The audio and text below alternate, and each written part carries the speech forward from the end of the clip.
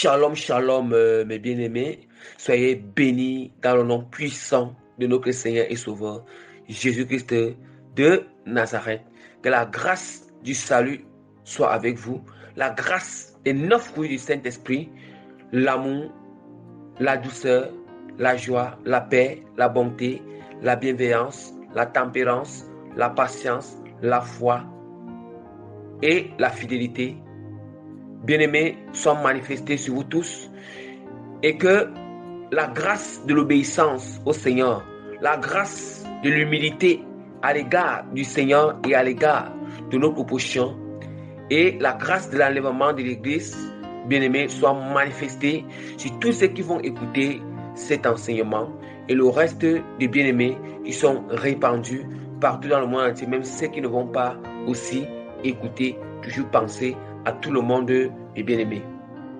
Dans le nom, tout ça dans le nom puissant de notre Seigneur et Sauveur Jésus-Christ de Nazareth. Bien-aimés, sans toutefois tarder, je vais d'abord présenter, avant de me présenter, d'abord présenter la gloire de Christ, la grandeur de Christ, accompagnée avec une petite prière, une petite prière de recommandation de cet enseignement, du début de cet enseignement entre les mains de l'Éternel. Éternel des armées tout-puissant, toi qui es au-dessus de toutes choses, toi Seigneur, ta lumière éclaire dans les ténèbres, ta lumière expose les œuvres des ténèbres, ta lumière Seigneur, éternel Dieu grand roi, transforme. Seigneur, je te rends grâce, je te suis reconnaissant et j'exprime toute ma gratitude à ton égard, parce que tu m'as encore accordé la force aujourd'hui de venir partager, enseigner à ton peuple. Seigneur, je t'implore de prendre total contrôle dans ce moment d'enseignement, Père. Je t'en supplie, Seigneur, de saisir ma langue, de saisir mon esprit, de me conduire, de me diriger, Seigneur, de m'accorder la force du début jusqu'à la fin, Seigneur. Je t'implore, Seigneur, que tous ceux qui vont écouter cet enseignement, de les impacter, Seigneur, de toucher leur cœur, Seigneur, et de transformer, Seigneur, l'intérieur et l'extérieur, Seigneur, au nom puissant de notre Seigneur Sauveur Jésus-Christ, Père. Seigneur, aussi vrai que, Seigneur, tu es celui qui était, qui va venir, Seigneur Jésus-Christ. Tu es celui qui était, qui va venir. Tu es l'agneau qui a été immolé, qui a racheté les hommes de tout peuple, de toute langue, de toute tribu, de toute nation. Aussi, tu as fait de nous un royaume de sacrificateurs, afin que nous régnions dans le millénium, Seigneur. Nous régnons dans le millénium, Seigneur, Père Tout-Puissant. Éternel Dieu grand Père, tu es digne de recevoir l'honneur, la gloire, la sagesse, la royauté, la force, l'autorité et la puissance pour des siècles et des siècles pour toujours. Au nom puissant de notre Seigneur Jésus-Christ. Amen. Bien-aimés, sans toutefois tarder, par la grâce que le Seigneur m'accorde, je vais me présenter rapidement. Donc, je me présente comme le plus petit parmi tous les serviteurs de Dieu, le moindre parmi tous les serviteurs de Dieu, l'apôtre Prémice Régis, que l'Éternel a appelé dans le ministère apostolique. Bien-aimés, vraiment, le Seigneur nous accorde encore cette grâce. Comme je vous ai toujours dit, que quand je dis que nous accorde, parce que si Dieu m'a dit à faire grâce, il vous a aussi à faire grâce. Il vous a aussi dit à faire grâce, bien-aimés. Donc, le Seigneur nous a encore accordé grâce aujourd'hui pour venir vous partager, délivrer ou enseigner ces messages. Enseigner, vous partager ces messages ou enseigner ces thèmes. Donc, c'est intitulé « Pourquoi la parole de Dieu nous demande de ne point juger ?» Et elle nous dit encore « L'homme spirituel juge de tout ». Bien-aimés, le thème est intitulé « Pourquoi la parole de Dieu nous demande de ne point juger ?» Et elle nous dit encore « L'homme spirituel juge de tout ». Bien-aimés, c'est une très bonne question à se poser. C'est une très bonne question à se poser. Ici, il n'y a pas d'exception. il n'y a pas d'exception, mais c'est une question que tout un chrétien doit se poser. Est-ce que alors la parole de Dieu se concrétise? Non, loin de là, la parole de Dieu ne se concrétise pas, bien-aimé. La parole de Dieu ne se concrétise pas, puisque nous constatons que il y a dans certains endroits, on nous dit que la parole de Dieu, dans certains endroits, la parole de Dieu nous dit de ne point juger. Dans certains endroits, la parole de Dieu nous dit encore que l'homme spirituel juge de tout, bien-aimé. Et c'est à ce niveau-là que c'est très important. C'est très important alors, parce qu'il faut savoir quand est-ce que je dois mettre, il faut savoir quand est-ce que je ne dois pas juger et quand est-ce que vraiment je dois apporter un jugement ou bien une opinion ou un point de vue selon le spirituel. Vous voyez un peu, on doit savoir, d'abord dire que nous devons parler de tous ces cas, de ces deux cas bien-aimés. Nous devons parler de ces deux cas. Voilà pourquoi, bien-aimés, notre thème sera basé sur deux parties, sur deux points. Nous allons constater que le premier point, c'est le cas où nous ne devons pas, le cas où nous ne devons pas juger. Et le deuxième point sera le cas où l'homme spirituel doit juger de tout. Oui, il faut en parler de tout cela avec les passages bibliques en appui. Parce que ici, nous ne sommes pas là pour faire des choses en l'air. Nous sommes là pour confirmer les révélations du Saint-Esprit, confirmer les enseignements du Saint-Esprit, confirmer les inspirations de l'Esprit de Dieu à travers la parole de l'Éternel, la parole de Dieu elle-même. Bien-aimés, déjà, il faut dire qu'on parle d'IA. Il faut dire que nous définissons, nous parlons d'IA. Qu'est-ce que signifie même juger? Parce qu'il faut que je vous donne plusieurs significations sur le mot juger. Parce que c'est très important. C'est très important, mes bien-aimés. C'est très important. Le mot juger est tellement... peut dire quoi? Le mot juger a tellement beaucoup de sens ou bien a tellement de synonymes. A tellement de synonymes que vraiment pour mieux comprendre le mot juger. Parce que parfois quand nous entendons que juger, je ne sais pas la manière que parfois nous prenons ce mot, le mot juger. C'est déjà quoi le mot juger, bien-aimé? Juger, c'est rendre la justice selon les lois. Juger, c'est rendre la justice selon les lois.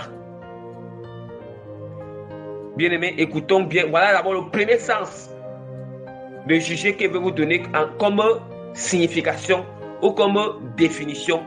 Juger, c'est rendre la justice selon la loi. Voilà. Bien-aimés, nous allons encore aller plus loin.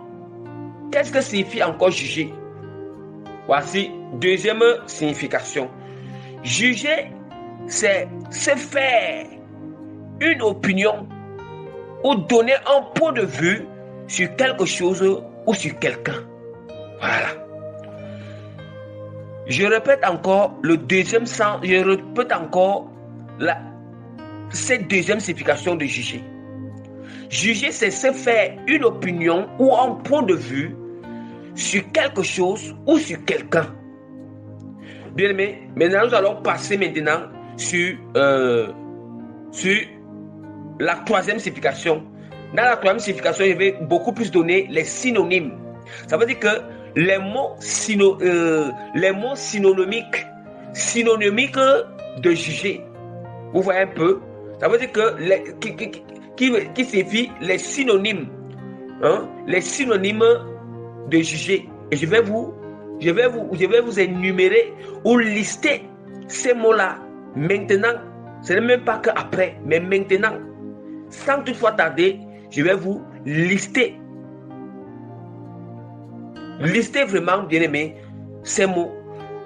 Le mot juger, nous allons donner les synonymes de juger. Il y a condamner, il y a trancher, arbitrer, décider, apprécier, considérer, conclure, discerner, examiner, estimer, peser, évaluer, critiquer, mesurer, vous voyez, distinguer, balancer. C'est ça. Voilà un peu les synonymes du mot juger. Les mots synonymiques du mot juger, bien-aimé. Donc, j'espère que nous avons compris, parce que il est très important que nous comprenions déjà le sens du mot juger, pour que quand nous allons prêcher là maintenant sur les deux cas, pour que nous essayions de comprendre, pour que, bien-aimé, dans les profondeurs, on essaye de comprendre. Donc, bien-aimé, sans toutefois tarder, je vous annonce rapidement les deux points que je vous ai parlé. Je vous annonce à nouveau, je dis à nouveau parce que déjà je vous ai parlé de ces deux points, mais je vous annonce encore à nouveau et très rapidement ces deux points sur lesquels nous allons nous baser pour prêcher ou pour enseigner, bien-aimé, sur ce thème. Donc, le premier point, c'est quoi? J'ai dit que le premier point, le cas où nous ne devons pas juger, ou bien quand est-ce qu'on ne doit pas juger. Deuxième point, ça sera quand est-ce qu'un homme spirituel doit juger de tout. Sans toutefois tarder, nous allons commencer directement sur le premier point. Quand est-ce que nous pouvons, ou bien le cas où, ou bien quand est-ce que nous ne pouvons pas juger. Donc, mes bien-aimés, vraiment, nous allons commencer avec notre premier point. Quand est-ce qu'on ne doit pas juger? Voilà. Quand est-ce qu'on ne doit pas juger? C'est notre premier point que nous allons commencer. Déjà, la parole de Dieu nous dit de ne point juger. Et la parole de Dieu nous dit de ne point juger, bien-aimés. Pourquoi est-ce que la parole de Dieu nous dit de ne point juger? Et quand est-ce qu'on ne doit pas juger? Quand est-ce qu'on doit appliquer cette parole que ne jugez point? Bien-aimés, nous allons d'abord ouvrir la parole de Dieu dans Matthieu chapitre 7, verset 1 à 5. Matthieu chapitre 7, verset 1 à 5. Je lis rapidement au nom puissant de notre Seigneur et Sauveur Jésus-Christ. Après, je vais prêcher dans les profondeurs. Ne jugez point afin que vous ne soyez point jugés, car on vous jugera du jugement dont vous jugez, et l'on vous mesurera avec la mesure dont vous mesurez. Pourquoi vois-tu la paille qui est dans l'œil de ton frère et n'aperçois-tu pas la poucle qui est dans ton œil? Ou comment peux-tu dire à ton frère, laisse-moi ôter une paille de ton œil, toi qui as une poucle dans le tien? Hypocrite, ôte premièrement la poucle de ton œil, alors tu verras comment ôter la paille de l'œil de ton prochain. Bien-aimé, ici déjà, quand est-ce qu'on ne doit pas juger? Ici, l'Esprit de Dieu m'a fait grâce, il m'a donné 3 éléments. Peut-être, il y en a d'autres serviteurs qui en ont donné encore d'autres éléments, mais moi, je n'enseigne que sur les éléments que le Saint-Esprit m'a donnés. On m'a dit que la connaissance, nous connaissons en partie. Ça veut dire que chaque serviteur de Dieu, chaque servant du Seigneur connaît en partie. C'est Dieu seul qui connaît la totalité. Donc, voilà pourquoi moi j'ai eu 3 éléments. Donc, il y a les 3 éléments. Ces 3 éléments, quand est-ce qu'on ne doit point juger? Oui, et c'est très important. Voici ces 3 éléments. Bien-aimés, et ces 3 éléments vont ressortir sur Matthieu 7. Parce que tous les versets de Matthieu 7 là, il y a ces 3 éléments qui vont sortir à l'intérieur. Il y a des révélations qui vont sortir à l'intérieur. Parce que nous ne voyons que ces écritures. Mais il faut comprendre la profondeur de ça. La profondeur de ça. Parce que quand Jésus qui dit que ne jugez point afin que vous ne soyez point jugés. En bas, Jésus commence à donner. Il commence à donner bien. Il commence à expliquer dans quel contexte Dans quel contexte on ne doit pas juger? Ça veut dire qu'il commence à expliquer bien les choses. Oui. Ça veut dire qu'il commence d'abord qu'on ne juge point afin qu'on ne soit point jugé. Après, il continue encore à déterminer, à développer sa pensée, à développer pas même sa pensée. Je peux dire oui, sa pensée, à développer, c'est un principe. C'est comme un principe, c'est comme un commandement. C'est un commandement, une prescription que Jésus-Christ donne. Il dit que ne jugez point afin que nous soyons point jugés. Après qu'il donne ce principe, il donne cette prescription, il développe encore cette prescription un peu plus bas. Pourquoi est-ce que je dis que ne jugez point afin que vous ne soyez point jugés? C'est ça que maintenant Jésus-Christ, les quatre versets qui viennent en bas, c'est ça qu'il est en train de développer cela, il est en train d'expliquer cela, mais avec une parabole. Nous savons qu'avec la parabole, il faut maintenant que le Seigneur révèle. Il faut comprendre la parabole. Et nous comprenons la parabole à base de la puissance du Saint-Esprit, à base de l'Esprit du Seigneur. Déjà, la parole de Dieu dit que la parole de Dieu est esprit, mais la parole de Dieu est esprit. La chair ne sert à rien. Oui, Jésus-Christ a dit que les paroles que je vous ai laissées sont esprit et vie. Bien-aimé, sa parole est esprit et vie. Bien-aimé, sans toutefois tarder, nous allons commencer avec notre premier élément, notre premier contexte. Quand est-ce qu'on ne doit pas juger? Oui, pour dire ce n'est même pas les éléments. Je suis en train de dire, le Seigneur m'a fait sortir trois contextes. Quand est-ce qu'on ne doit pas juger? Oui, on va soutenir cela avec la parole. Bien-aimé, premier contexte c'est quoi? Voilà. Ça veut dire que si tu vois quelqu'un, je prends peut-être par exemple, tu vois quelqu'un qui pratique, si quelqu'un, tu vois une personne qui pratique la fornication, une personne qui pratique la fornication, qui pratique le mensonge ou qui pratique le vol. Après toi, tu commences à lui dire que ce que tu fais là, ce n'est pas bien. Tu commences à lui dire que ce que tu fais là, ce n'est pas bien. Ou bien si quelqu'un dans une vie de péché, quelqu'un pratique encore une vie de péché, et toi aussi qui pratiques encore une vie de péché là, tu dis à la personne que la vie de péché que tu es en train de mener là, ce n'est pas bien, mais toi tu pratiques encore le péché. C'est là où Jésus qui dit que cette personne-là, c'est lui qui dit que cette personne n'a pas habilité. Ça veut dire que si toi tu n'as pas encore renoncé à toi-même, tu pratiques encore au péché. Hein? Après, mais toi tu veux reprocher l'autre qui pratique encore le péché. Toi tu veux dire à l'autre qui a de pratiquer ce que tu fais là n'est pas bien.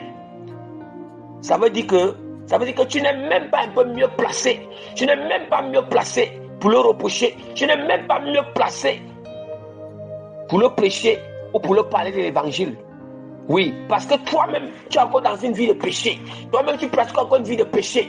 Voilà pourquoi on dit que on ne peut pas aller évangéliser. Tu ne peux pas commencer à évangéliser si d'abord tu n'as pas encore changé la vie, si tu n'as pas encore cessé, si tu n'as pas encore renoncé à la vie de péché. À la vie de péché. Tu ne peux pas te lever et aller évangéliser aux autres. Toi-même déjà, tu n'as même pas encore changé. Toi-même déjà, tu ne peux pas me dire que,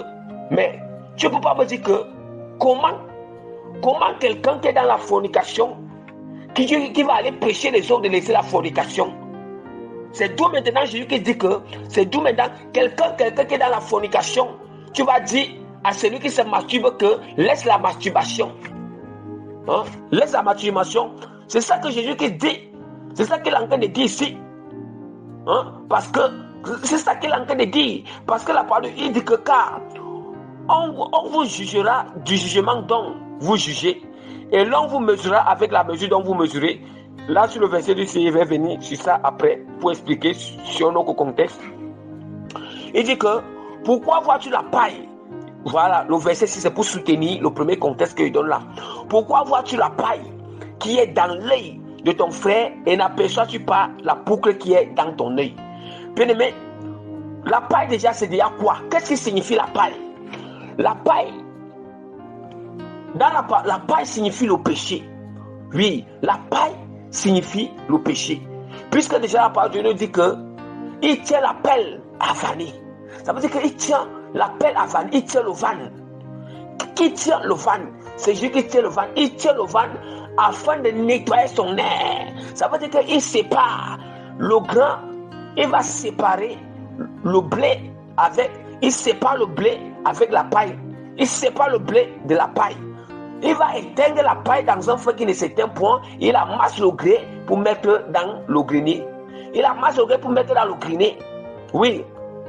Il amasse le grès pour mettre dans le grenier. Nous savons que la paille, ici, nous savons que le grenier, le blé qu'on amasse là, c'est l'âme pure. L'âme pure que Jésus amasse afin qu'il entre dans le roi des cieux. Par contre, la paille qui s'éteint, qui brûle dans un feu qui ne s'éteint point, c'est le péché.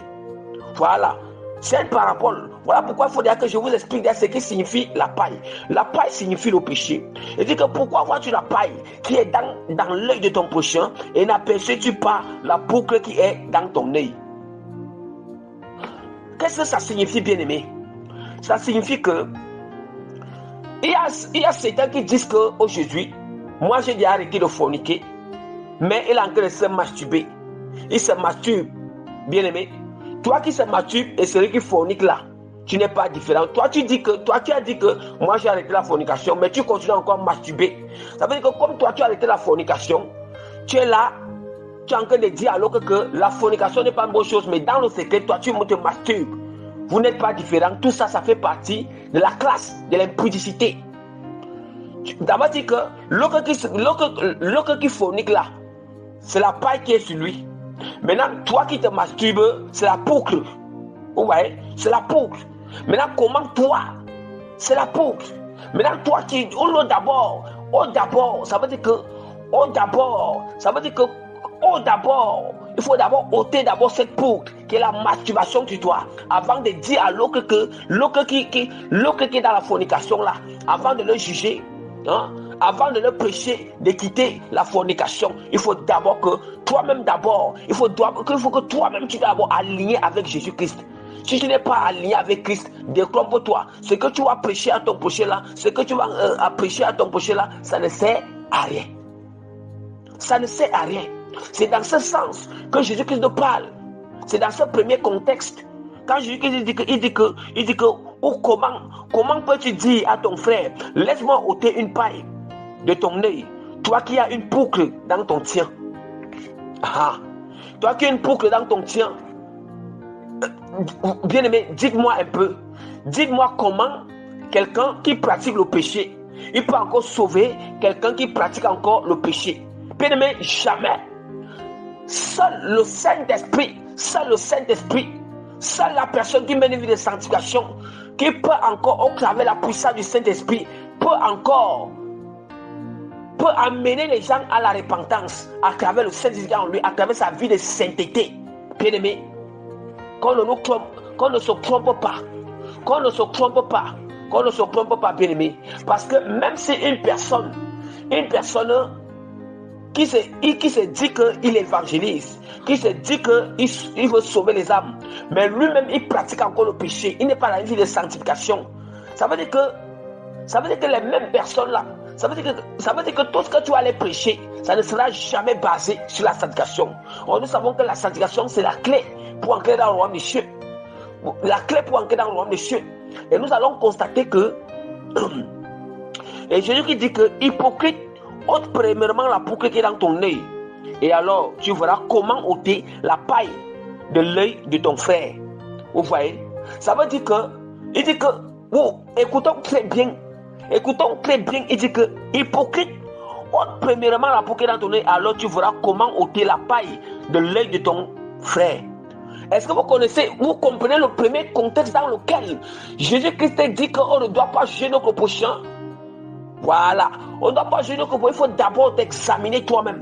Il dit que, ok, maintenant il dit déjà que si tu as ôté maintenant la peau qui est dans ton œil, si tu as sorti du péché, si tu as laissé la vie d'impudicité, si tu as laissé la vie du péché, ça veut dire que le péché au total est mené de saturation. Là maintenant, tu peux déjà alors prêcher la repentance, tu peux déjà alors dénoncer les œuvres des ténèbres, tu peux déjà dire aux gens que le péché n'est pas bien. Tu peux dire aux gens que sortez de la fornication. Tu peux dire aux gens que sortez de l'impudicité. Tu peux dire aux gens que sortez de la masturbation. Tu peux dire aux gens que sortez de tels péchés. Sortez du mensonge. Fuyez le mensonge. Fuyez l'idolâtrie. Fuyez. Vous voyez? C'est dans ce contexte. C'est dans ce contexte donc Jésus-Christ, le premier contexte, Jésus-Christ nous demande de ne pas juger nos prochains, mais lui-même il dit encore, il dit que ôte premièrement la peau qui est dans ton œil, c'est là maintenant que tu vas voir si tu peux ôter la paille qui est dans l'œil de ton prochain. Or, ce n'est pas nous qui pouvons ôter. Ça veut dire que quand déjà on est assorti, quand déjà nous ne mène plus une vie de péché, nous ne pratiquons plus une vie de péché, et quand on est à renoncer à toute chose, on s'est adonné totalement à Christ. On s'est adonné totalement à Christ. Et que le Saint-Esprit nous réveille déjà, on met déjà vie de sanctification. Là maintenant, le Saint-Esprit lui-même nous atteste déjà que oui, tu es déjà prêt pour évangéliser les autres. Tu es prêt pour évangéliser les autres. Tu es prêt pour prêcher sur les œuvres des ténèbres. Tu es prêt pour prêcher sur le péché. Tu es prêt pour prêcher, pour les demander de sortir du péché, pour les dire que le péché n'est pas bien, pour les dire que le péché a mené en enfer. Oui, parce que là maintenant, le Seigneur a préparé. Là maintenant, toi tu mets dans une sanctification. Là maintenant, tu as déjà ôté la peau qui est sur toi. Parce que les gens aiment toujours ça. Les gens aiment toujours utiliser le mot « pourquoi tu me juges ?» Pourquoi tu me juges? Il faut comprendre. Pourquoi? Parce que un petit truc, pourquoi tu me juges? Un petit truc, pourquoi tu me juges? C'est ça maintenant, je vais développer encore. Je vais bien développer aujourd'hui. C'est pour ça que depuis que le Saint-Esprit, quand le Saint-Esprit me donne les profondeurs, les révélations, les profondeurs, l'enseignement, quand le Seigneur me donne les profondeurs, les révélations, l'enseignement, sur ça, ça fait que quand quelqu'un va te dire pourquoi tu me juges, ça veut dire que tu vas examiner ces contextes qu'il te dit là. Ça veut dire que si tu sors, ça veut dire qu'il faut connaître. Si tu sors déjà de ce contexte, le contexte où tu ne dois pas juger ton prochain, si tu examines et que tu ne respectes pas ces contextes-là, tu ne respectes pas ces éléments ne sont pas encore respectés sur toi, c'est normal que la personne va te dire que pourquoi tu me juges. Mais si tu vois déjà que tu ne te retrouves pas dans ces contextes, même si la personne te dit que pourquoi tu me juges, tu n'as rien à craindre. Tu n'as rien à craindre. Voilà pourquoi je vais expliquer ou prêcher dans les deux cas. Prêcher dans les deux cas. Bien-aimé, et attention, la parole de Dieu est très claire. Le Seigneur a dit que nous allons manifester. Le Seigneur a dit quoi? Nous allons manifester les dons. Parce que quand on va prêcher, nous allons évangéliser.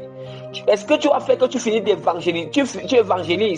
Tu évangélises les autres, mais toi-même tu n'es pas encore un modèle. Toi-même tu n'es pas encore, tu n'es pas un exemple, tu n'es pas un modèle. Le mieux est que vraiment, tu te laisses d'abord transformer par le Saint-Esprit. Tu te laisses d'abord changer et que toi-même tu aies ce désir de sortir du péché. Le mieux est que vraiment tu fuis le péché, tu te détournes du péché. Tout péché que Dieu nous parle, tu te détournes de ça afin de t'aligner. Le mieux il faut fuir les œuvres des ténèbres. Fuis d'abord le péché, bien-aimé. Il ne faut pas être pressé à dire que tu vas évangéliser. Tu es encore dans une vie de péché, tu es encore dans une vie de débauche, une vie d'orgueil, bien-aimé, une vie d'impudicité, une vie de mensonge, une vie, bien-aimé, d'idolâtrie, une vie de convoitise, une vie, bien-aimé. Toi seul, tu es encore rapide de ces choses, mais tu peux évangéliser. Tu évangélises quoi? Tu évangélises quoi? Bien-aimé, qu'est-ce que tu évangélises?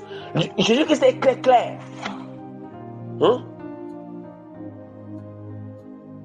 Jésus-Christ, il est très clair. Comment peux-tu dire à ton frère, laisse-moi ôter une paille de ton œil, toi qui as une boucle dans ton œil? Parce que quand tu peux évangéliser, c'est pour que quand tu évangélises ou bien quand tu prêches sur les œuvres des ténèbres, le péché, c'est pour que les gens, pour que ôter c'est quoi? C'est pour qu'ils sortent, ils fuient le péché. Mais comment tu vas aller demander de fuir le péché? Mais toi-même, tu es encore dans les œuvres des ténèbres. Toi-même, tu es encore crampé dans les ténèbres. Tu es encore crampé dans le noir. Tu es encore crampé, bien-aimé, dans les choses qui n'honorent pas le Seigneur. Hein?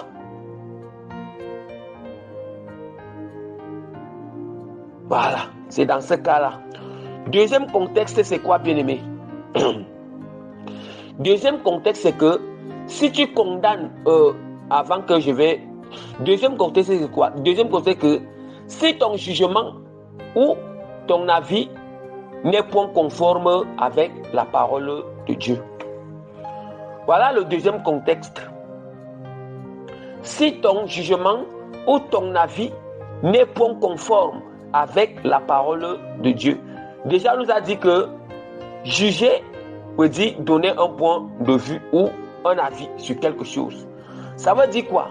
Ça veut dire que si je donne une opinion ou bien un avis sur un sujet ou bien sur quelque chose qui est en train de se passer ou bien sur la manière que la personne se comporte ou bien sur la réaction de la personne ou le comportement de la personne, il faut qu'en donnant cet avis, il faut que tu donnes l'avis qui est, cet avis doit être conforme à la parole de Dieu. Bien aimé, parce que déjà, on nous a dit dans la signification, dans la définition, je vous ai dit que dans le premier, c'est la définition de juger. Juger signifie que rendre justice selon les lois. Rendre justice selon les lois. Or, ici, ce n'est pas la loi du monde. Mais la loi qu'on parle ici, c'est la parole de Dieu. La parole de Dieu, que ce soit le Nouveau Testament ou l'Ancien Testament, que ce soit la Nouvelle Alliance qui est le Nouveau Testament ou l'Ancien Testament qui est l'Ancienne Alliance. Ça veut dire quoi? Ça veut dire que il faut que la vie que tu vas apporter à la personne, l'opinion que tu vas apporter par rapport à cette situation qui est devant, ou au comportement de la personne, ou bien cet avis-là, ou par rapport au comportement de la personne, par rapport à l'action de la personne, ou bien les manières, ou bien la situation, disons, la situation quelconque qui se présente devant là. Il faut maintenant que tu apportes, ça veut dire que la vie que tu dois apporter ne doit pas sortir du cadre de la parole de Dieu. Il faut que cet avis soit d'accord avec la parole du Seigneur. Parce que ici, on nous dit qu'on juge, ça veut dire qu'on dit que juger, c'est rendre justice selon les lois. Or, la loi ici, c'est la parole du Seigneur. Parce que tu ne peux pas dire que tu vas donner une opinion qui n'est pas conforme avec la parole de Dieu, une opinion où toi-même tu vas chercher une vaine gloire, ou pour énerver encore l'autre. Non, au moins si tu apportes une opinion avec la parole de Dieu, même si c'est que cette personne-là est énervée, au moins tu sais que tu as soutenu la parole de Dieu, tu sais que tu as parlé ce qui est vrai. Peut-être par exemple, si quelqu'un est dans la fornication, tu lui dis que la fornication tu dis que mon frère ou ma soeur, vraiment, la fornication, ce n'est pas une bonne chose. La fornication, si on ne se répand pas de la fornication là, vraiment, ça peut nous empêcher d'entrer dans le royaume des cieux. S'il se fâche, nous disons, n'est-ce pas dans la parole de Dieu, Dieu interdit la fornication, le Seigneur n'aime pas l'impudicité. Ça c'est très clair. Ça c'est une bonne opinion que tu as exprimée. Puisque tu as vu, ça veut dire quoi? Tu as constaté, j'ai constaté que le frère ou la sœur en train de mener une vie d'impudicité. Et quand j'ai constaté, quand j'ai regardé, je constate que quand j'examine cette vie qu'il est en train de faire, à la base, ou la lumière de la parole, la parole de Dieu n'aime pas ce genre de comportement, n'aime pas ce genre de pratique, n'aime pas ce genre de choses. Là maintenant, c'est à la base de la parole que je vais dire au frère ou à la sœur que vraiment, voici ce que la parole de Dieu dit par rapport à la vie que tu mènes là. Même si la personne se fâche, même si la personne te dit ou la personne te dit que pourquoi tu me juges, bien aimé, là, même il dit que pourquoi tu me juges et tout ça, ce n'est pas que tu le juges. Tu ne le juges pas. Tu ne l'as pas jugé. C'est mauvais. de mauvais déjà, si toi-même tu le dis comme ça et que tu pratiques encore cette vie dans le secret, bien que devant les gens tu ne veux pas montrer, et que si tu pratiques ça dans le secret, c'est là où c'est mauvais, tu n'es même pas habilité de dire à cette personne. Voilà. Tu n'es même pas mieux placé pour lui dire comme ça. Voilà. Bien-aimé, donc c'était le deuxième côté. Le deuxième côté, c'est que si ton jugement ou ton avis n'est point conforme avec la parole de Dieu, c'est dans ce cas, ne juge pas ton prochain. Dans ce cas, ne parle pas pour parler. Voilà. Parce qu'il y a certaines personnes, ils prennent les choses dans la chair. Oui, ils prennent les choses dans la chair. Il y a certaines personnes qui prennent les choses dans la chair. Ça veut dire que dès qu'ils voient une situation devant, ils voient une situation. Dès que cette personne voit une situation devant elle, ou bien il voit cette situation, la personne là, il ne discerne pas d'abord.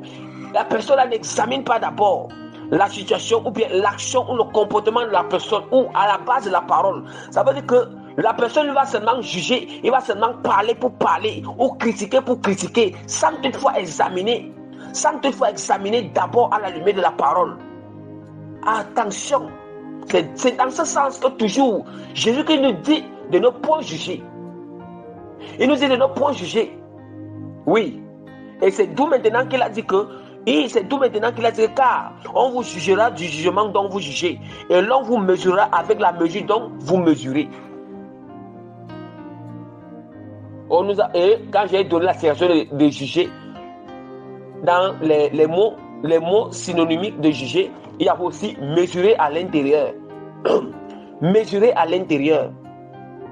Il y avait mesurer à l'intérieur. Donc, faisons très très attention. Ça veut dire quoi? Ça veut dire que si toi tu passes le temps, quand tu vois quelque chose, une situation devant toi, le comportement d'une personne, l'action d'une personne, ou bien ce que les autres font, quand tu vois ce que les autres font ou ton prochain fait là, et que toi tu donnes ton point de vue, tu donnes ton opinion vraiment, sans d'abord examiner avant de donner l'opinion, sans d'abord tourner ta langue 7 fois avant de donner l'opinion, sans d'abord examiner à la lumière de la parole par rapport à cette action, par rapport à ce comportement. Après, toi tu donnes ton opinion, tu donnes ton avis, tu donnes tes critiques, tu donnes, qui n'est même pas basé avec la parole. Sache que c'est la même chose qu'on va aussi te faire.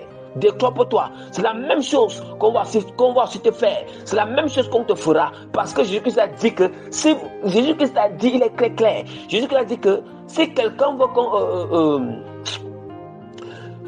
Jésus-Christ a dit, il a dit à sa parole que ce que l'homme ne veut pas qu'on le fasse, que lui aussi, il ne fait pas ça aux autres. C'est comme ça. Ou bien ce que l'homme veut qu'on le fasse, qu'il fasse d'abord ça aux autres. Oui, ça veut dire quoi? Ça veut dire que c'est ça maintenant qui nous dit que la mesure dont vous mesurez, la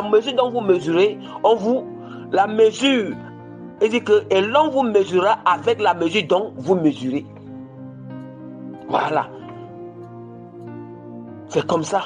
C'est très clair. Et qu'on vous jugera du jugement dont vous jugez. Du jugement dont vous jugez. Voilà le deuxième contexte. Troisième contexte, c'est quoi? Quand est-ce qu'on ne doit pas juger? Si tu condamnes ton prochain au lieu de l'exhorter avec amour et l'amener à la repentance.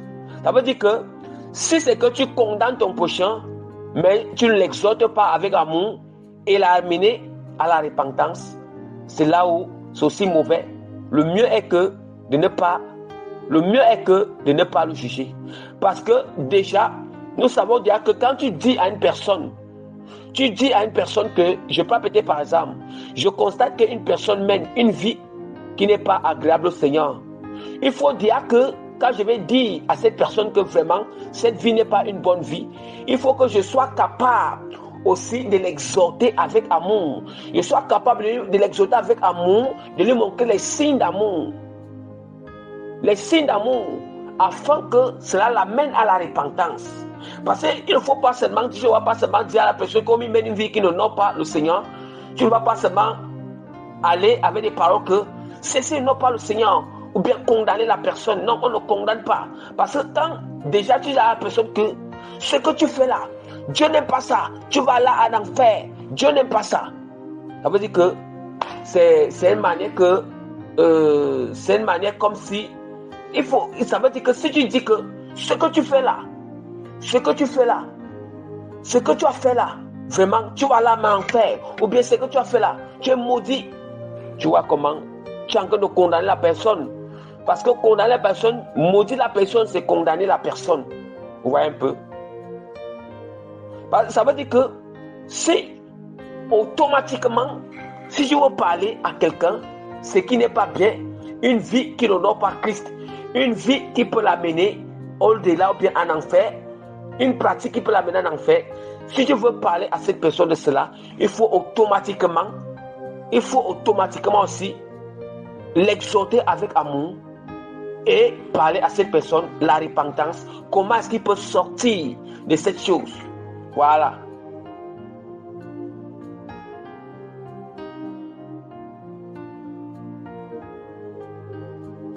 Oui, mais automatiquement tu dois lui parler de tout cela. Mais si tu ne lui exhortes pas avec aussi amour, tu ne l'exhortes pas avec amour et essayer de l'amener à la repentance par la grâce du Saint-Esprit, vraiment bien aimé, c'est comme une condamnation. À quoi sais-tu alors? À quoi sert-il alors de dire à la personne que telle chose n'est pas bien, telle chose n'est pas une bonne chose? Déjà, ce n'est pas la personne qu'on condamne, mais Dieu condamne les œuvres des ténèbres. Ça veut dire que c'est l'œuvre que, ça veut dire peut-être si quelqu'un pratique la masturbation, c'est la masturbation que Dieu condamne, mais là, Dieu ne condamne pas la personne. Ça veut dire qu'il faut déjà expliquer comme ça à la personne, il faut bien expliquer à la personne. Bon, et maintenant expliquer à la personne, ok, si maintenant, si tu meurs en pratiquant la masturbation, c'est ça qui peut t'amener en enfer. Mais si tu te répands, tu laisses la masturbation, vraiment, tu vois déjà que tu laisses la masturbation et toute autre œuvre des ténèbres là, tu vois que là, toute œuvre des ténèbres, tu confesses Christ et tu mènes une vie de sanctification jusqu'au bout. Vraiment, c'est là maintenant que tu vas entrer dans le royaume des cieux. C'est comme ça. Il faut des choses qui motivent la personne de sortir, exhorter la personne pour sortir des œuvres des ténèbres. Voilà le cas où Jésus-Christ nous dit que nous a dit que ne jugez point et vous ne serez point jugés. Donc là où Jésus-Christ nous demande de ne pas juger, ne jugez point. Voilà. Ne jugez point afin que vous ne soyez point jugés. Donc, voilà ça. Maintenant, je vais aller maintenant dans le deuxième cas maintenant. Le deuxième cas qui est quand est-ce que l'homme spirituel l'a jugé de tout. Bien aimé, maintenant nous allons continuer avec notre deuxième point qui est quand est-ce que l'homme spirituel doit juger de tout.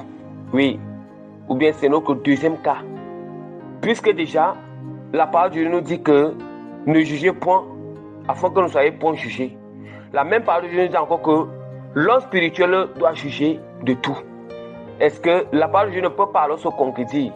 Comme la parole de Dieu ne peut pas se concrétiser, ça veut dire que c'est le Saint-Esprit seul qui peut nous expliquer dans quel contexte ou à quel moment on ne doit pas juger ou à quel moment l'homme spirituel doit juger de tout.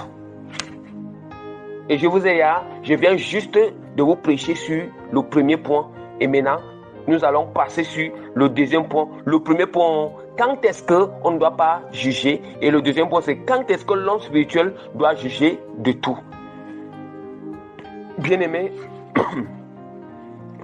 nous savons déjà que premièrement, nous savons que l'homme spirituel, c'est celui qui a déjà... Parce qu'il faut d'abord, l'homme spirituel, c'est celui qui a déjà reçu le Saint-Esprit, la plénitude du Saint-Esprit. Voilà.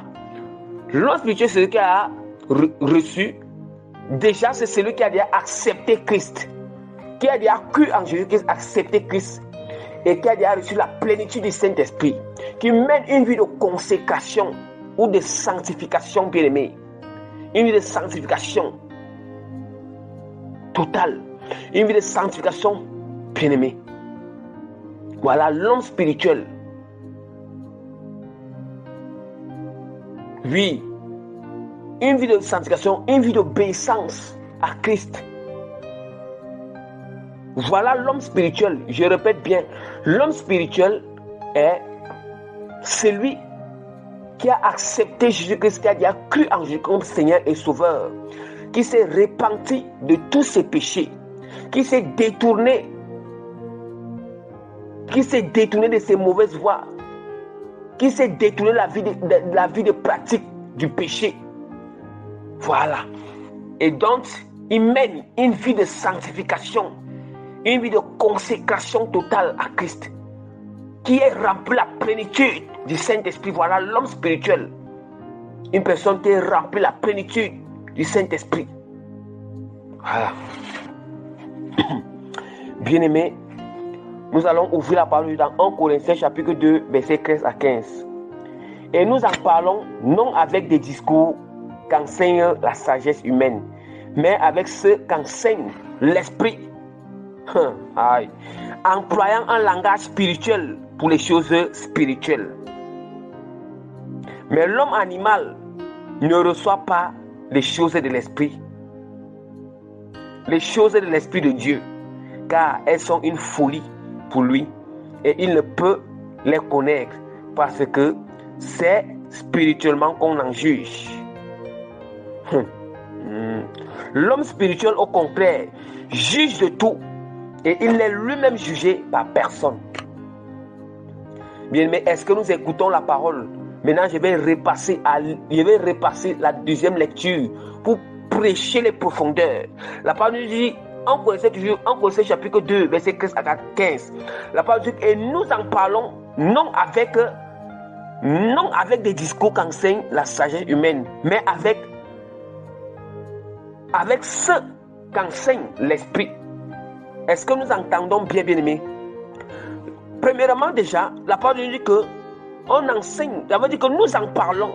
Voilà, parce que nous connaissons que quand les gens, d'où ce que vous avez parlé précédemment là, dans le premier point, ce que vous avez parlé, parce que quand nous voulons ouvrir la bouche pour parler, ou pour donner une opinion, pour donner un point de vue, ou bien pour critiquer, ou pour parler quelque chose, bien-aimé, il faut te rassurer que ce que tu veux dire, c'est le Saint-Esprit.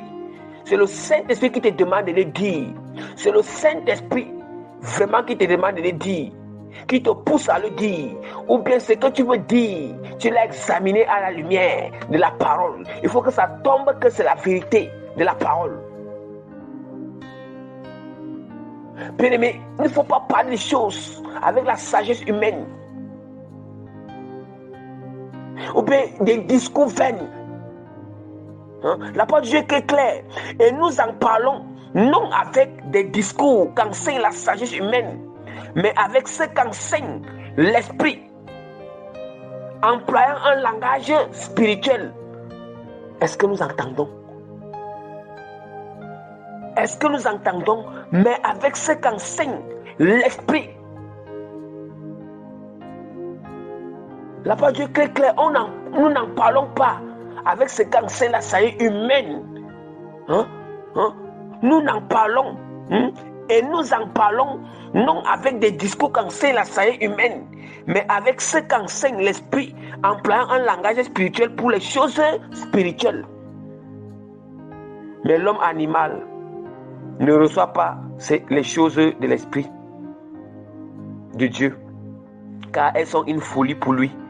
Et ils ne peuvent les connaître parce que c'est spirituellement qu'on en juge. C'est spirituellement qu'on en juge. Mais alors, des gens qui jugent là, tu juges sur quelle base? Tu juges sur quelle base? Bien-aimé, l'homme spirituel peut te juger à base du Saint-Esprit qui est en lui. Après, tu vas dire que pourquoi tu me juges? Pourquoi tu me juges? Écoutons très bien. La parole de Dieu est très claire. La parole de Dieu est très claire. La parole de Dieu que l'homme spirituel, au concret, juge de tout.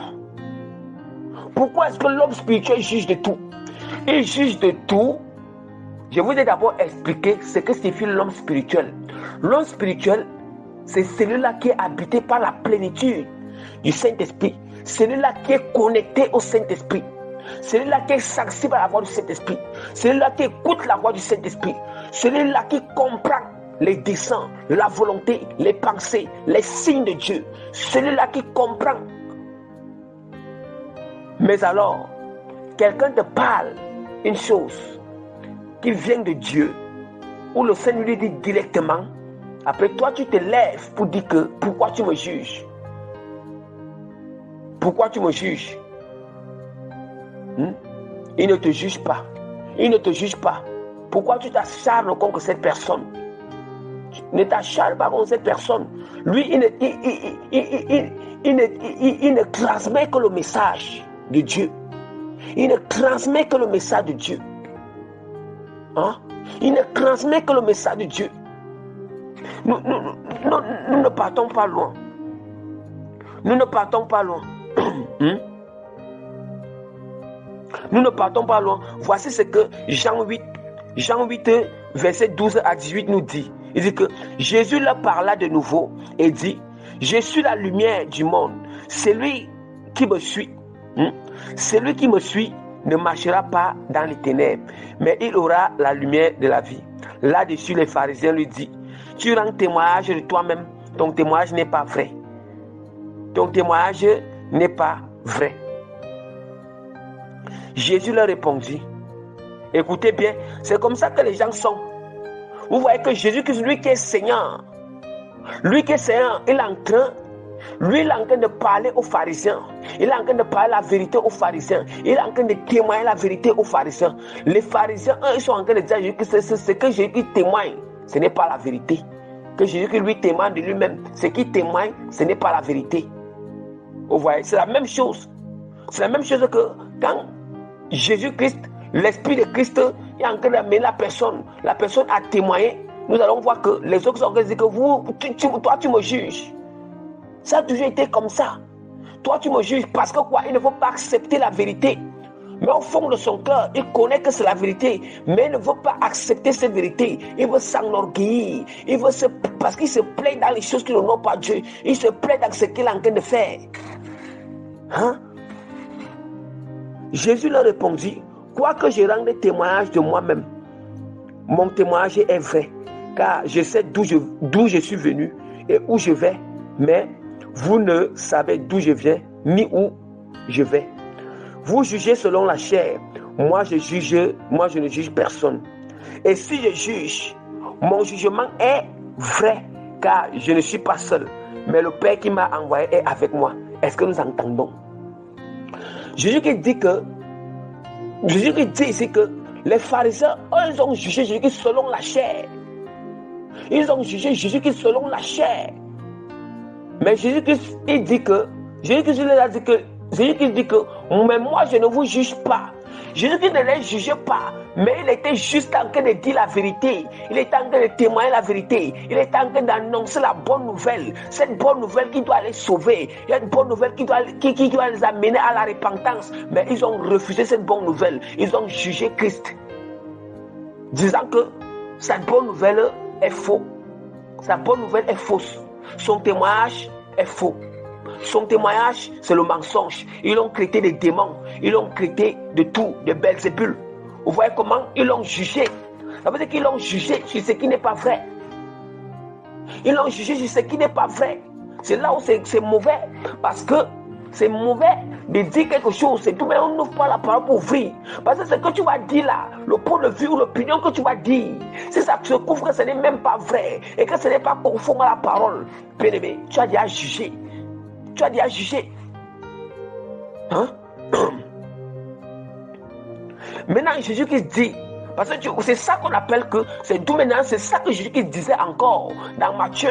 Jésus-Christ disait encore dans Matthieu, ne jugez point, afin que vous ne soyez point jugés. Parce que Jésus a coupé là-bas que tout coup. Ne jugez pas parce que Il y a certaines personnes, il a coupé comme ça pour que des gens, pour que quoi? Parce qu'il sait que si il ouvre cette porte, que les gens jugent, vraiment, les gens, l'homme ou bien la créature humaine est toujours prompte à juger selon la chair. Prompte à juger selon la chair. Voilà pourquoi Christ a dit aux pharisiens, vous me jugez selon la chair. Et Jésus-Christ a dit que, et si je juge, mon jugement est vrai, car je ne suis pas seul, mais le Père qui m'a envoyé est avec moi. Bien, mais est-ce que nous écoutons? Or, Jésus-Christ a dit que vous connaîtrez ce jour, que je suis dans le Père, que le Père est en moi, et que moi je suis en vous, et vous vous êtes en moi. Ça veut dire que c'est en ce jour, donc, que Christ est en nous. Ça veut dire que Christ est sur l'homme spirituel. L'homme spirituel, c'est celui dont la plénitude de Christ est en lui. Le Saint-Esprit en lui. Ça veut dire que Christ, comme la même chose que le Père était avec Christ. Christ disait que moi je ne vous juge pas. Il dit que Jésus dit que si je juge, mon jugement est vrai, car je ne suis pas seul, mais le Père qui m'a envoyé est avec moi. C'est la même chose que Christ a dit que comme nous on va connaître en ce jour que lui il habite en nous. Ça veut dire que si nous prêchons la parole de Dieu, si des sentinelles donnent les messages du Seigneur, des sentinelles sont l'alarme. Si nous prêchons la parole de Dieu, ce n'est pas parce que cela c'est nous-mêmes, ce n'est pas nous-mêmes. Si on dit que nous prêchons sur les œuvres des ténèbres, sur la repentance, nous dénonçons les œuvres des ténèbres, bien-aimés. Bien-aimés, c'est parce que nous ne sommes pas seuls, nous sommes avec Christ, bien-aimés, pendant la prédication, pendant l'enseignement, pendant l'enseignement, bien-aimé. Pendant l'enseignement, nous ne sommes pas seuls, mais nous sommes avec Christ. Nous sommes avec le Saint-Esprit qui est Christ. Nous sommes avec l'Esprit de Christ qui est le Saint-Esprit bien-aimé.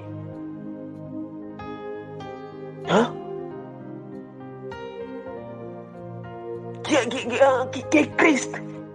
Nous sommes avec le Saint-Esprit. Le Saint-Esprit qui est Christ. Donc, Jésus-Christ est très clair. Jésus-Christ dit que, et si je juge, mon jugement est vrai, car je ne suis pas seul, mais le Père qui m'a envoyé est avec moi. Or, Jésus-Christ a dit, Jésus-Christ a dit dans Jean chapitre 15, Jésus-Christ nous dit là-bas que vous connaissez ce jour-là que je suis dans le Père en moi, et que moi je suis en vous, et vous êtes en moi. Et ce jour-là, c'est aujourd'hui-là.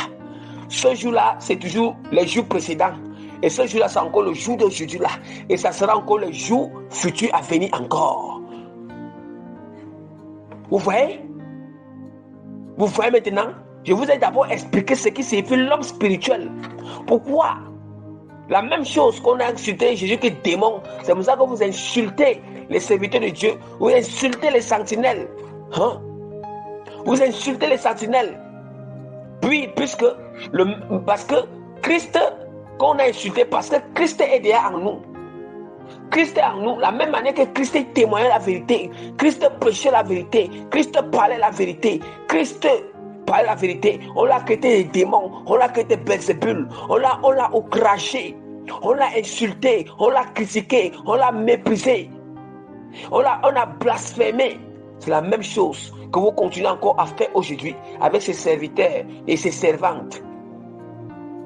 Avec ses serviteurs et ses servantes. Avec ses enfants. Pas seulement serviteurs et servantes, mais ses enfants aussi. Toute chrétien qui remplit la plénitude du Saint-Esprit.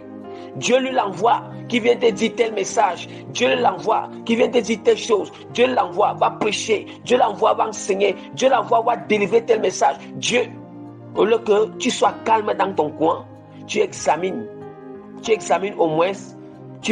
Maintenant, tu vas bondir sur lui. Tu vas l'insulter. Tu vas blasphémer contre le Saint-Esprit. Tu vas l'outrager. Tu vas. Repentance. Tout ce qui se reconnaissent. Repentance. La maturité nous enseigne quoi? Si quelqu'un vient, il te dit que le Seigneur m'a envoyé venir te dire comme ça. Bien-aimé, écoute attentivement. Après avoir fini d'écouter, tu dois examiner à la lumière de la parole. Si je n'arrive pas à comprendre, soumets-le dans la prière, que Dieu te confirme. Mais il ne faut pas te précipiter. Il ne faut pas te précipiter, bien-aimé, comme une pente de pourpre escarpée, bien-aimé, afin d'insulter, de mépriser, de te chamailler, de discuter avec ces personnes. On appelle ça l'immaturité, bien-aimé. La parole de Dieu nous dit dans 1 Thessaloniciens chapitre 4, la parole de Dieu nous dit que ne méprisez pas les prophéties, mais examinez et retenez ce qui est bon. Et retenez ce qui est bon. Et retenez ce qui est bon. Donc attention. Attention. Attention, bien-aimé. Voici encore ce que Jésus-Christ a dit dans Jean chapitre 7, verset 24.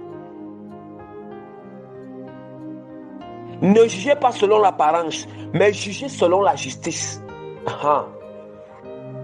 Mais jugez selon la justice. Or, l'homme spirituel juge toujours selon la justice. L'homme spirituel juge toujours selon la justice parce que qui est juste, c'est le Saint-Esprit. C'est le Saint-Esprit, bien-aimé. Qui s'appelle justice, c'est le Saint-Esprit. Bien-aimé, c'est le Saint-Esprit. C'est d'où maintenant je vous expliquer que l'homme spirituel, c'est celui-là qui est animé par le Saint-Esprit, celui-là qui est habité par le Saint-Esprit, celui-là qui est rempli la plénitude du Saint-Esprit. Ça veut dire que si le Saint-Esprit l'amène, à juger selon la justice, il va le faire. Ce n'est pas lui, mais c'est le Saint-Esprit. C'est mauvais qui juge selon la chair. Oui, c'est là maintenant, c'est mauvais. D'où maintenant, Jésus qui dit que ne jugez pas selon l'apparence, mais jugez selon la justice. Quand Jésus qui dit ici que ne jugez pas selon l'apparence, c'est pour dire quoi? Ce n'est pas seulement, c'est pour dire que on ne doit pas regarder, ne regarde pas la taille de la personne. Oui, ne regarde pas la taille ou la taille de la personne, ou bien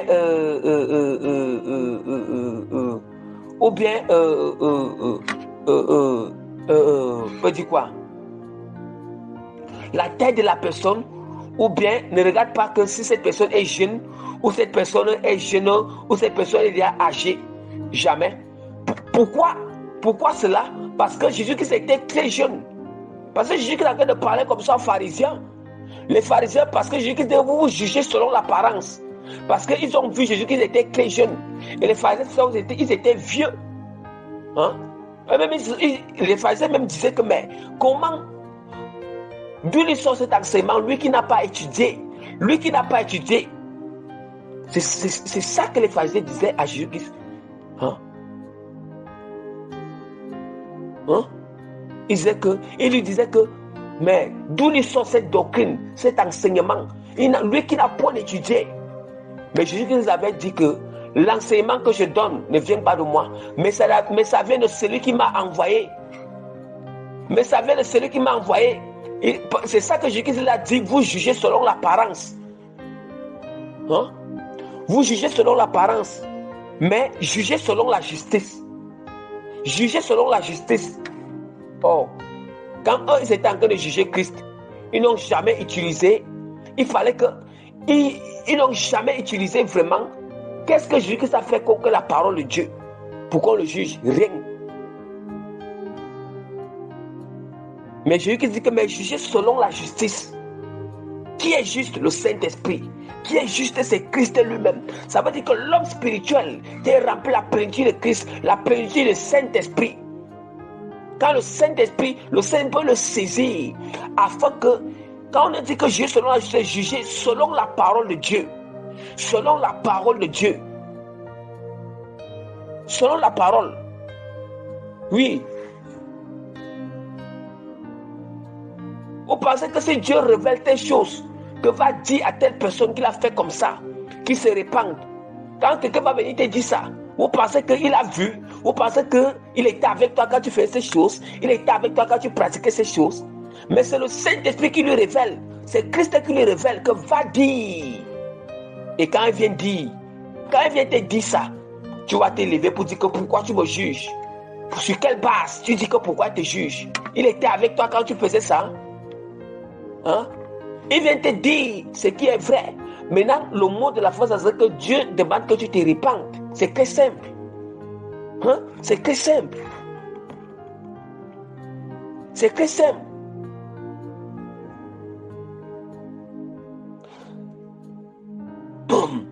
Hein? C'est très simple.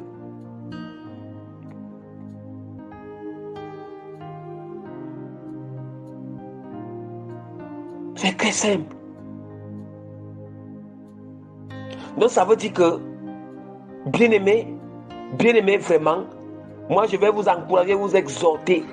Si déjà tu connais déjà que tu t'es détourné de la vie du péché, tu ne mènes plus la vie de péché et que tu as accepté que tu t'es repenti, tu mènes la vie de consécration, de sanctification, bien-aimé.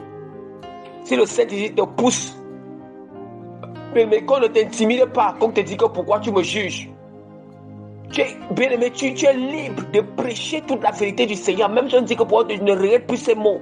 Le plus essentiel, il faut d'abord te rassurer que toi, tu es déjà lié avec Christ. Toi, tu es déjà sorti du péché, tu es lié avec Christ.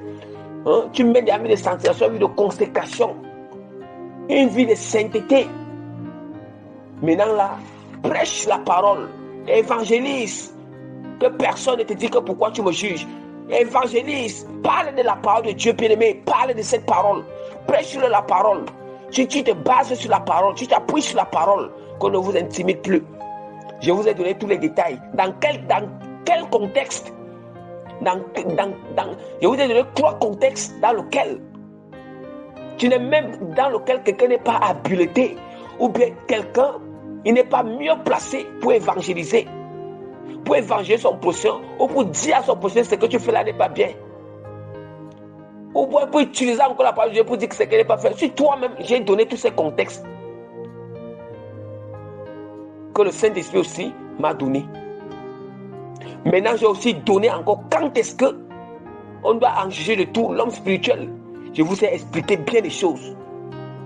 Donc, bien-aimés, voilà la fin de l'enseignement. La fin de l'enseignement.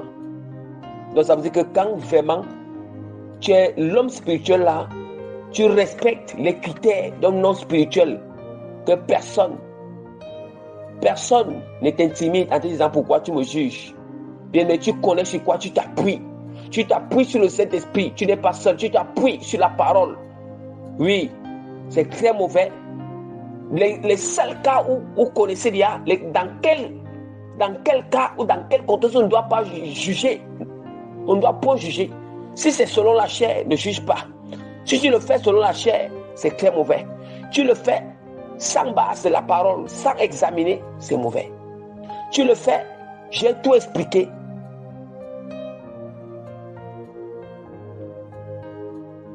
Donc, bien-aimé, même quand le Saint-Esprit nous amène à donner une opinion ou un point de vue sur ce qui n'est pas bien sur la personne, à la fin de toute chose, on doit toujours, le Saint-Esprit, pour savoir que c'est le Saint-Esprit toujours annonce toujours la repentance à la fin de toute chose et avec amour. Donc c'est un peu ça. Donc vraiment, bien aimé, l'enseignement prend fin au nom de Jésus-Christ. Seigneur, je te dis merci, je te loue, je t'exalte, je te bénis. Seigneur,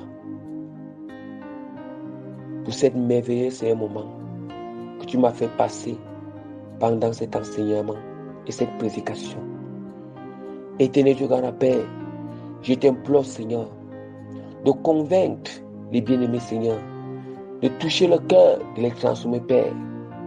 Je t'en supplie de les faire comprendre cet enseignement, c'est dans la profondeur. Je t'en supplie, Père, tu puisses Seigneur, de prendre total contrôle dans la vie de tous ces bien-aimés.